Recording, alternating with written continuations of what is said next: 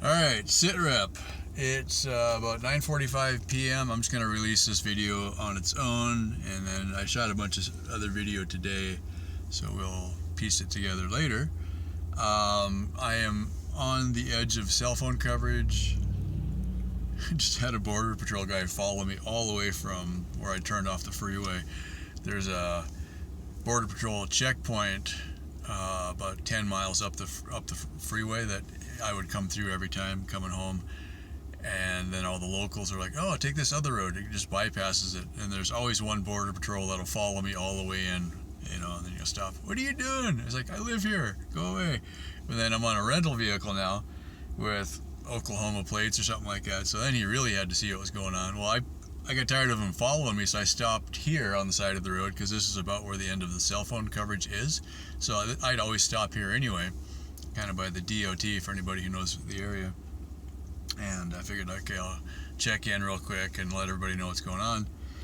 And of course he stops behind me, so I'm like, well, no sense turning on the camera yet. That really pisses him off and confuses him. So I just wait, and he's like, okay. He's like, where's he going? Dark. Anyway, I've got the bike and the trailer out back in the back of the truck. It just poured down rain like crazy, coming over the big hill from the Tiger Center. It was just pouring like crazy, just bucket loads. So everybody slowed down because roads out here aren't very good. They don't have a good good crown on them because it doesn't rain very much. So when it does rain, you get a lot of standing water on the roads. Don't worry about that. Just random noises here. Anyway, so you slow down a little bit, and yeah, I'm wondering what the road looks like in here, but I got about 6 miles of paved road and then 6 miles of just awful road. So we'll see how it turns out. But I've got, so the bike and the trailer are in the back, and it's just staggering how much stuff is in here that was on the bike. It's just like the back seats are full, the front seat, I mean, it's not stacked. Holy crap, look at it all. Yeah, so then I hit the hardware store. I picked up a couple things that I might be able to use on the bike, on the next version. And then I hit Walmart and picked up 20 pounds of rice and 20 pounds of beans and some canned food, so that when I get back here in a few days, I'll have some food, because I got no idea what I've got here anymore. I probably have beans and rice, but I couldn't remember, and I don't have a Sam's Club membership right now. I let it expire when I was getting ready to leave because it's like I didn't need it. Alright, so now that I'm out here, I'll figure, okay, I can have a few weeks worth of food that I can eat, and then I'll work on, probably renewing my Sam's Club after that. So, yeah, anyway.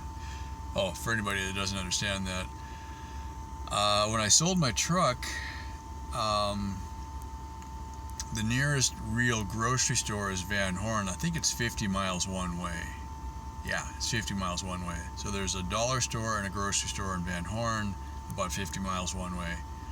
And then in Fort Hancock, there's also a dollar store 50 miles the other way. And then here in Sierra Blanca, the town that I get my mail from, there's a couple gas stations, just little convenience stuff. They got some food, it's not too bad.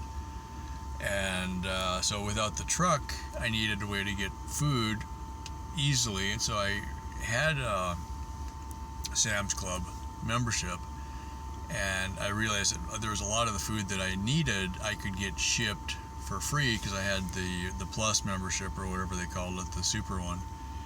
And so I could get food shipped to the post office, and then I'd only have to ride into here to pick it up instead of all the way into Van Horn or Fort Hancock or El Paso, right? So that's been kind of how I get my food lately when I was living out here. And that's just one of the random things that life on the road on the bicycle was a lot better and easier for day-to-day stuff than it is out here on the ranch, and a lot of people just don't get that. It's like most places, my cell phone works. I had usually some access to running water of some sort, or I could go, I could hit a dollar store in just about any town I could buy water if I needed it. I could buy food whenever I needed it. It's like I didn't have to go more than a day before I'd get to another town, and then there was stuff, right? Whereas if I'm sitting out on the ranch, cell phone doesn't work worth a crap. I have to generate my own power. I have to, now it rains, so I probably got some water in the tank, right? But it's just like, I'm in a third world country out there on the ranch, and any other place on the bicycle, I actually had access to most of what I needed. Yeah, so welcome home, Anyway, yeah, this is going to be a really rough night. 10 o'clock now. Be another half an hour by the time I get out there, probably, if the road is good. If the road is bad, I'm really screwed. And I got to have this truck back to Alamogordo by noon.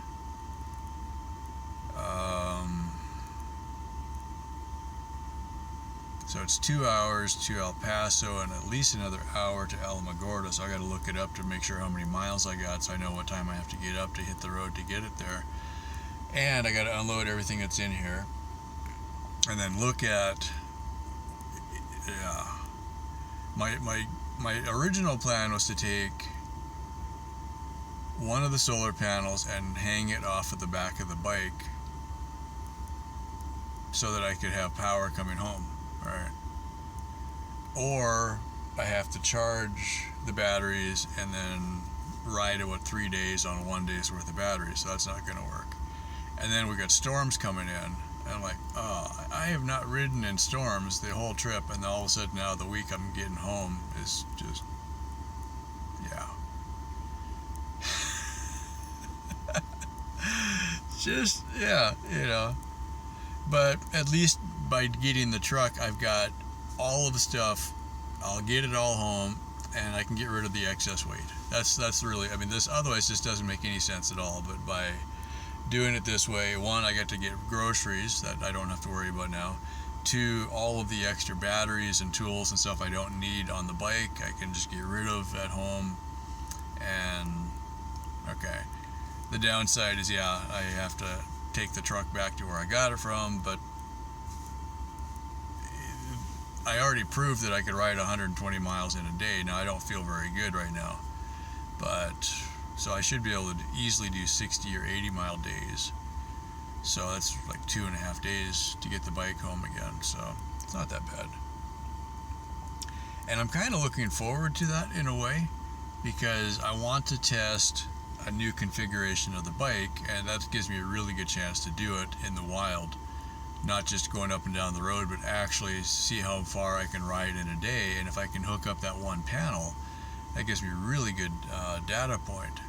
So it's totally worth doing. It's just kind of a pain in the butt, but yeah, that's why it's worth doing.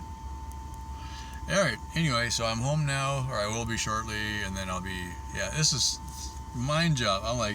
I'm driving along, and I'm like, oh, it sure is going to be nice to get home. And I'm like, oh, right, I'm not home. I actually have to turn around and go back again. That is just so odd. But that's welcome to my world, right? Anyway, okay, let me upload this real quick, and then I'll hit the road. As always, thanks for watching the videos, and bye for now.